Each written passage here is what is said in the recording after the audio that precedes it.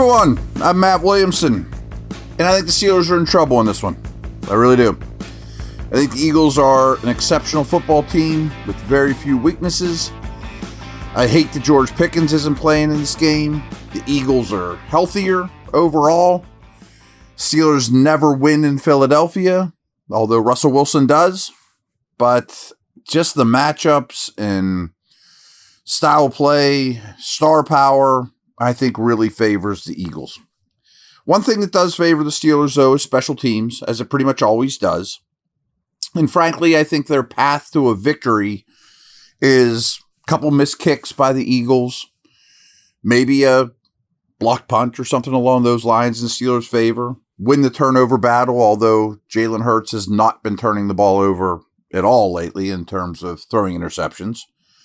But they also have been taking the ball away. The Steelers have the much better turnover differential. But for them to win, I think it's going to have to be a muddy, low-scoring, land body blows, lots of punts, maybe some ugliness, who knows, maybe a little weather, and win a 17-13 type of game. I just don't think that's how it's going to go. I really don't. Where should we start? Let's start with the Eagles having the football. So here's just kind of the story of the Eagles, is they had a week 5 bye, and that was the turning point of their season. They went into that bye 2-2 with a lot of turnovers, with a lot more passing than they have since, and kind of like when Jameis Winston took over for the Browns or Russell Wilson took over for the Steelers. That was kind of the turning point of their season. Things have been a lot different since. And boy, do they run the ball. They run the ball much more than anyone in the league. Steelers are second to them by a large percentage. And the second half is almost all run of games. You know, not of the season, but both, I guess. And the big reason is the biggest weakness of this team. So let's start with the good stuff for the Steelers, is Hurts in the passing game. I've never been a big Hurts believer, but they have shown wisely that we're going to lean on a really good O-line, the best back in the league in Saquon Barkley, and take the ball out of Hurts' hands and play it conservative, Kenny Pickett, Mitch Trubisky style, and not turn the ball over no matter what, and run and play defense with one of the best defenses in the league. And it's really, really worked. Let's start with the O-line, I guess. They have the best set of tackles in the league. And I'm sure they'll help on Watt, but they have to help the edge guys less than any team out there. Now, can Watt still beat Lane Johnson consistently? Maybe. And if he does, they'll help Lane Johnson. But he's going to the Hall of Fame. Both those guys are going to the Hall of Fame. So one of the big edges the Steelers have almost every week, they don't in this matchup. Just so happens their next best offensive lineman is their left guard, Dickerson. And Cam's better than him, don't get me wrong, but he's a really good guard. The other two guys aren't bad either. So this, to me, is the second best O-line in the league. And they run the ball extremely, extremely well with the best back in the league in Saquon Barkley. And frankly, I don't even think it's close at this point. Now, the passing game's different. The passing game, Hurts will hold the ball, and he has a really high time to throw. And usually those guys that have high times of throws also have a lot of explosive receptions. This team doesn't. Hurts does not play quick. He plays very slow right now, very methodical, and I mean that in a bad way. And it's making his teammates a little crazy, even though they keep winning games. A.J. Brown's going to be the squeaky wheel, possibly. He's awesome. Devontae Smith is exceptional. I think the Steelers will play a lot of zone. They always do anyway. This team is much better throwing against man because they're both those receivers I mentioned tear up man coverage because they're awesome. I don't know if Porter will travel with Brown. Could. Because I think that's the better matchup. Jackson on Smith, Porter on Brown. But maybe they'll Belichick it up like they did against the Bengals. And Porter, you have Smith with no help. And Minka's going to be over top Jackson with Brown. Or maybe they'll just left-right it and see how the Eagles go. Maybe they'll just feel that out through the game. But I think no matter what, the goal will be a lot of cover 3. Don't let them beat you over the top. Don't play a lot of man. Try to get extra bodies near the line of scrimmage to slow down Barkley, get some penetration.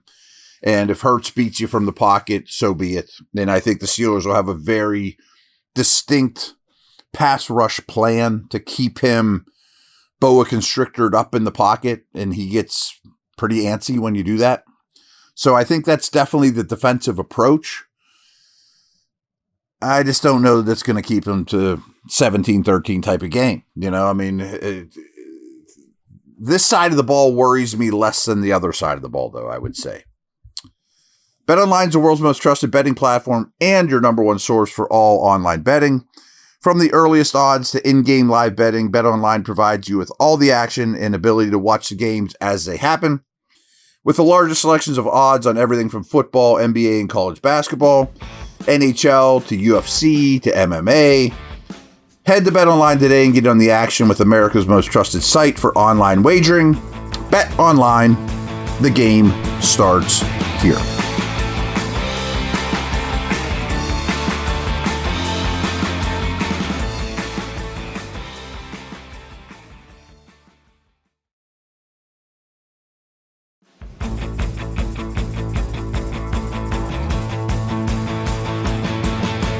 Okay, so their offense is a major problem, as I just laid out.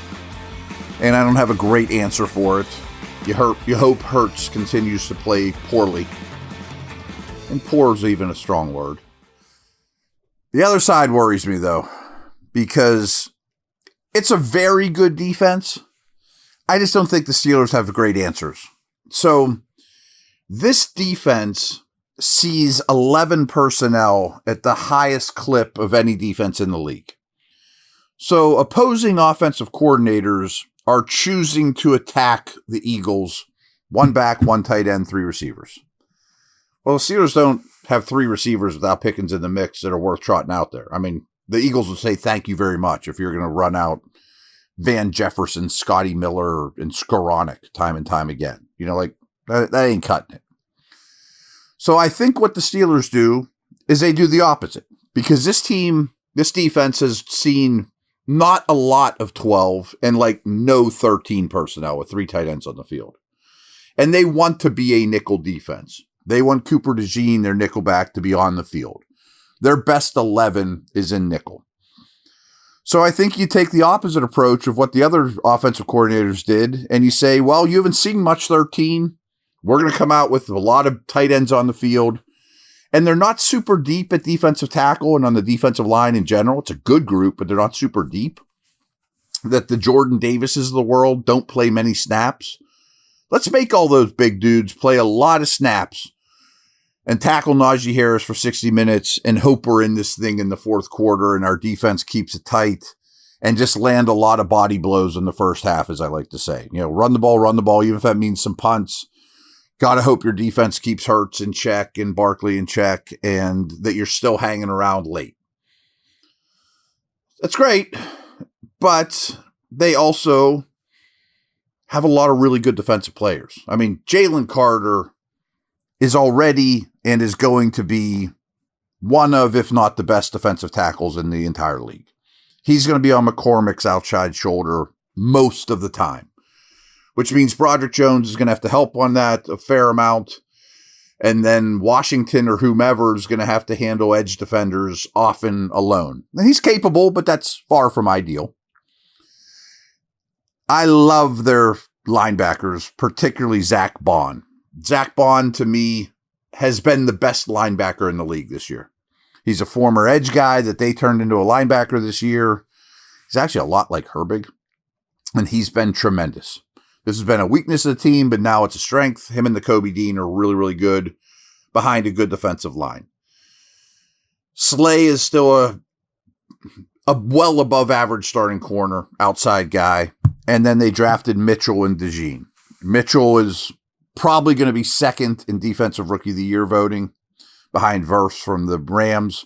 He's been phenomenal, much like Porter last year. DeJean, who I mentioned, is already one of the best nickels in the league. I love them coming out. would have been a really good Steeler. Physical, nasty. I mean, he returns punts for them. I mean, like, he does it all. He has a lot of attributes. So their back seven got dramatically better. They're not going to blitz the Steelers a lot, but the Steelers just don't have a lot of weapons at the moment. I mean, I like that Freiermuth's gotten an uptick in usage, and I like what they're doing there. Great. He could have a decent game. Maybe they can run the ball and keep this thing close. Okay. But their D-line's better than the Steelers' O-line. And frankly, running for 3.9 yards a carry probably is not going to keep up with Saquon Barkley, who leads the league in, yards per carry. Wilson's going to have to be superb. And I guess he has a pretty good history playing Vic Fangio defense. So he has a good idea of what these guys are looking to do. And that's great. I just think sometimes it comes down to the Jimmies and Joes, not the X's and O's. And theirs are a lot better. So, in the end, I think the Steelers lose this game 27-17. I did, give you some paths to victory, though. I just think there's a lot more paths to defeat. This is a really good Eagles team that is right there with the Lions as the best team in the league. All right, everyone, take care. Over and out.